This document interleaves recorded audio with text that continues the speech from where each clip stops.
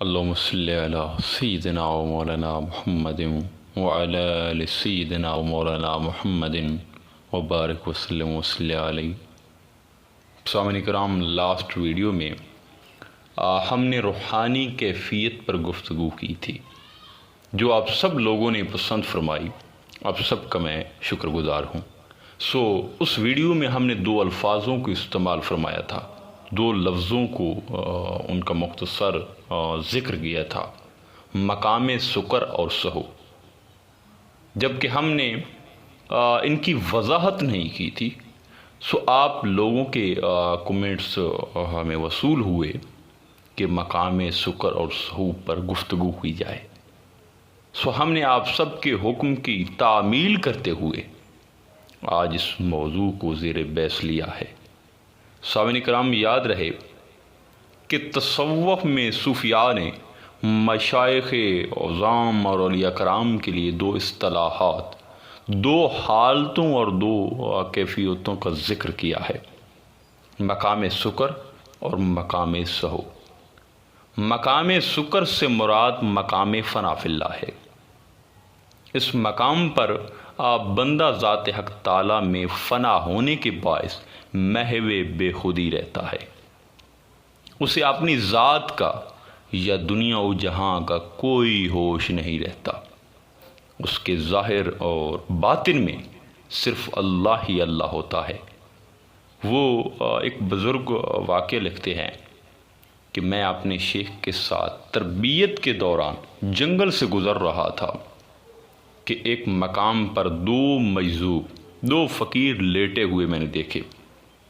دونوں کے اوپر آگ کے جلتے ہوئے انگارے رکھے ہوئے تھے۔ ایک فقیر کی حالت یہ تھی کہ آگ نے اس کے کپڑے اور جسم تک کو جلا ڈالا، حتیٰ کہ چربی بھی آگ کی وجہ سے پگھل رہی تھی، جبکہ دوسرے کی حالت یہ تھی کہ آگ کے جلنے کے باوجود اس کا کپڑا تک بھی نہ جلا تھا۔ میرے شیخ نے مجھ سے پوچھا کہ ان دونوں میں سے کامل کون ہے؟ وہ فرماتے ہیں کہ میں بچہ تھا، مجھے سکر اور سہو کا فرق معلوم نہ تھا، حال اور مقام کا مجھے فرق معلوم نہیں تھا۔ میں نے کہا کہ ظاہر ہے کہ آگ کے جلنے کے باوجود جس کے کپڑے بھی نہیں جلے وہ کامل ہے، جبکہ میرے حساب میں دوسرا کامل نہیں ہے، وہ ناقص ہے۔ وہ فرماتے ہیں کہ میرے شیخ نے مسکراتے ہوئے فرمایا کہ نہیں، جس کا سب کچھ جل گیا، چربی تک آگ کی وجہ سے پگھل گئی، وہ کامل ہے۔ جسے عشق الہی میں اپنی ذات کا ہوش تک نہیں رہا اور جس کا کپڑا بھی نہیں جلا، وہ کامل نہیں ہے۔ میں نے پوچھا کہ حضور ایسا کیوں؟ انہوں نے فرمایا کہ یہ دونوں حال میں جذب ہو گئے ہیں، یہ صاحبان مقام نہیں ہیں، اب ان کی حالت کا تعین ان کے حال میں کرنا ہوگا۔ جس کا سب کچھ جل گیا یہ اپنے حال میں کامل ہے، اپنے مقام میں کامل ہے، اور جس کا کچھ نہیں جلا وہ اپنے حال میں کامل نہیں ہے۔ اس لیے کہ آگ کا کام جلانا ہے، ایک کا سب کچھ جل گیا اور کسی نے جو ہے آگ کو جلانے سے نہیں روکا، اور دوسری طرف جو ہے کپڑا تک بھی نہیں جلا۔ معلوم ہوا کہ اس مجذوب نے اپنی توجہ سے آگ کو جلانے سے جو ہے روک رکھا ہے، جس کا کچھ نہیں جلا، اس کا حال ناقص ہے، کیونکہ اس کی کچھ توجہ اپنے آپ کو بچانے میں ہے اور کچھ توجہ جو ہے وہ مولا کے قرب میں ہے۔ اس کی توجہ ڈیوائیڈ ہے، تقسیم ہے، ادھر بھی ہے اور اپنے جسم کو بچانے کی طرف بھی ہے۔ دوسرے کا حال کامل ہے، مقام کامل ہے، اس لیے کہ اس کو آگ جلائے جا رہی ہے مگر اسے اپنے آپ کا ہوش ہی نہیں، وہ اللہ کے قرب میں فنا ہے، اس کی توجہ کاملاً ادھر لگی ہوئی ہے، اسے اپنا ہوش تک نہیں، نہ جسم کا۔ بات کو سمجھے ذرا۔ اب محترم علی محمد مرزا صاحب جیسے لوگ جو ہیں جب اولیاء کرام پر اعتراض اور کفر کے فتوے لگا رہے ہوتے ہیں، وہ اس لیے کہ جب کوئی فقیر مقام سکر میں ہوتا ہے تو وہ اپنی ذات میں بشریت میں نہیں ہوتا، وہ تو فنافی ہوتا ہے، لاہوتی آدمی ہوتا ہے، اس کی زبان سے جو ہے حق بول رہا ہوتا ہے، وہ نہیں بولتا دراصل۔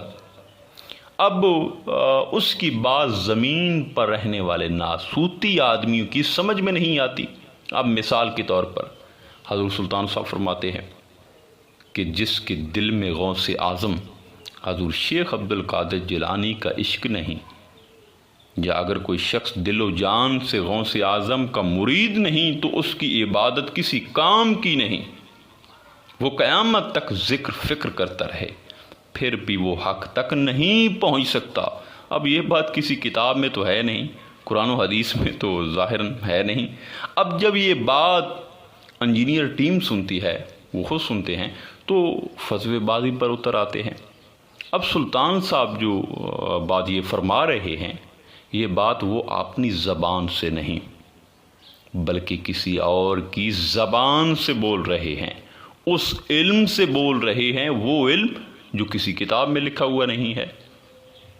اب ان کو کہاں سے کوئی ثابت کر دکھائے، یہ تو سینے والا معاملہ ہے سارا۔ اب مزے کی بات آپ کو یہ بتاؤں کہ ایک جگہ پر جو ہے حضرت سخی سلطان باہو لکھتے ہیں کہ اے بی بی راستی، یعنی آپ کی جو والدہ مائدہ تھی اس کے متعلق آپ خود لکھ رہے ہیں کہ اے بی بی راستی تجھ پر سلام ہو، تو فقیر محمد باؤ جیسے عظیم فقیر کی ماں ہے۔ بات سمجھ میں آئی؟ باہو میں اب کون بول رہا ہے؟ سامعین کرام، پس جو اپنے حال میں کامل ہوتے ہیں ان کا کوئی نقصان کر دے، وہ اپنی روحانیت کے ذریعے اپنے نقصان کو نہیں بچاتے، وہ نہیں ڈرتے کہ لوگ کیا کہیں گے، فتوے لگائیں گے، جو بھی سوچیں گے، وہ اس چیز میں ہوتے ہی نہیں ہیں۔ انہیں کوئی بے عزت کر دے، وہ اپنی روحانیت کے ذریعے اپنی عزت کو نہیں بچاتے، اس لیے کہ یہ ان کے ہاں شرک ہو جاتا ہے کہ کیا روحانیت اور حال اس لیے دیا تھا، مقام اس لیے دیا تھا کہ خود کو بچائے، اپنا نفع کمائے، اپنی بھلائی کو جو ہے محفوظ کرے۔ حال اپنے لیے نہیں بلکہ مولا کے لیے دیا تھا، لہذا اپنا نقصان ہوتا ہے تو ہوتا رہے، وہ اسے دنیاوی حالات پر چھوڑ دیتے ہیں، اپنی توجہ صرف مقام قرب میں رکھتے ہیں۔ بس اس حال سے گزر کر وہ مقام پر پہنچتے ہیں، جبکہ مقام صعود سے مراد مقام بقا باللہ ہے۔ یاد رہے کہ فنا تو ہر صورت ہے ہی، مگر فرق صرف اتنا ہے کہ بقا باللہ میں بندہ فنا کی مستی اور استغراق سے نکل کر خود میں واپس اپنی جو اس کی ذات ہے اس میں آ جاتا ہے، یعنی لوٹ آتا ہے اور حق تعالیٰ کی صفات الوحیت کا مقصد بن جاتا ہے اور شریعت کا پابند بن جاتا ہے۔ ایسا آپ سمجھ لیں مقام سکر کیا ہے، وہ ایک مدہوشی کا نام ہے، وہ ہے طریقت۔ سہو کیا ہے، وہ ہے شریعت، کیونکہ اس میں وہ شریعت کا پابند بن جاتا ہے۔ اس لیے جمہور مشائخ مقام سہو یعنی مقام بقا باللہ کو زیادہ پسند کرتے ہیں، اس لیے کہ اس میں خاص روحانی قوت کے باعث بندہ بیک وقت فنا فی اللہ بھی ہوتا ہے اور باقی جو مقام بقا باللہ ہے، سہو ہے، اس میں بھی وہ حاضر رہتا ہے اور وہ فرائض عبدیت اور عبادت بھی جو ہے اس کو بھی ادا کرتا رہتا ہے، یعنی وہ سکر اور سہو دونوں میں کامل ہوتا ہے۔ اب جب حضور سلطان صاحب اپنی حالت سہو میں لوٹتے ہیں تو وہ فرماتے ہیں کہ باہو نے فقر کا تمام مقام شریعت محمدی کی پاسداری کرتے ہوئے پایا ہے۔ اور آپ ایک جگہ لکھتے ہیں کہ اے باہو، نماز کو وقت پر باجماعت رہ کر ادا کرو۔ جو وقت پر جو ہے آپ فرماتے ہیں کہ نماز ادا نہیں کرتا وہ گنہگار ہوتا ہے۔ اسی طرح اب یہ جو بات ہے نا، یقیناً یہ بڑا راز ہوتا ہے۔ ایک طرف حضور کیا فرما رہا ہے کہ چلے چلیاں جنگل بوندیاں میری ہکا گل نہ پکے ہو، تری روزے تے 5 نمازاں یہ بھی پڑھ پڑھ تھکے ہو، اور دوسری جگہ کیا فرما رہے ہیں، یہی تو چیزیں ہیں جو لوگوں کو، ہر بندے کو سمجھ میں نہیں آ سکتی۔ دوسری طرف یہ فرما رہے ہیں کہ نماز کو وقت پر ادا کرو۔ اسی طرح حضور غوثیت ماب جناب شیخ عبد القادر جیلانی رضی اللہ تعالیٰ عنہ کہ جو ایک مشہور اور معروف قصیدہ غوثی شریف ہے، اس کی روشنی میں اگر دیکھا جائے تو جو میں نے سمجھا ہے تو یقین جانے کہ حضور غوث العظم بھی جو ہے ان دونوں میں سے جو مقام سکر ہے سعو، یعنی ان دونوں میں سے دونوں مقام پر ہی کامل تھے اور دسترس رکھتے تھے۔ حضور غوث اعظم مقام سکر اور مقام سعو دونوں پر بیک وقت فائز رہتے تھے۔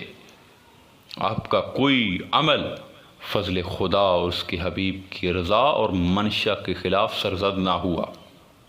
آپ تقویٰ اور پرہیزگاری کی جو ہے معراج کو یقیناً ایک بہت بلندی میں پہنچے اور مقام غوثیت عظمیٰ سے آپ کو نواز دیا گیا۔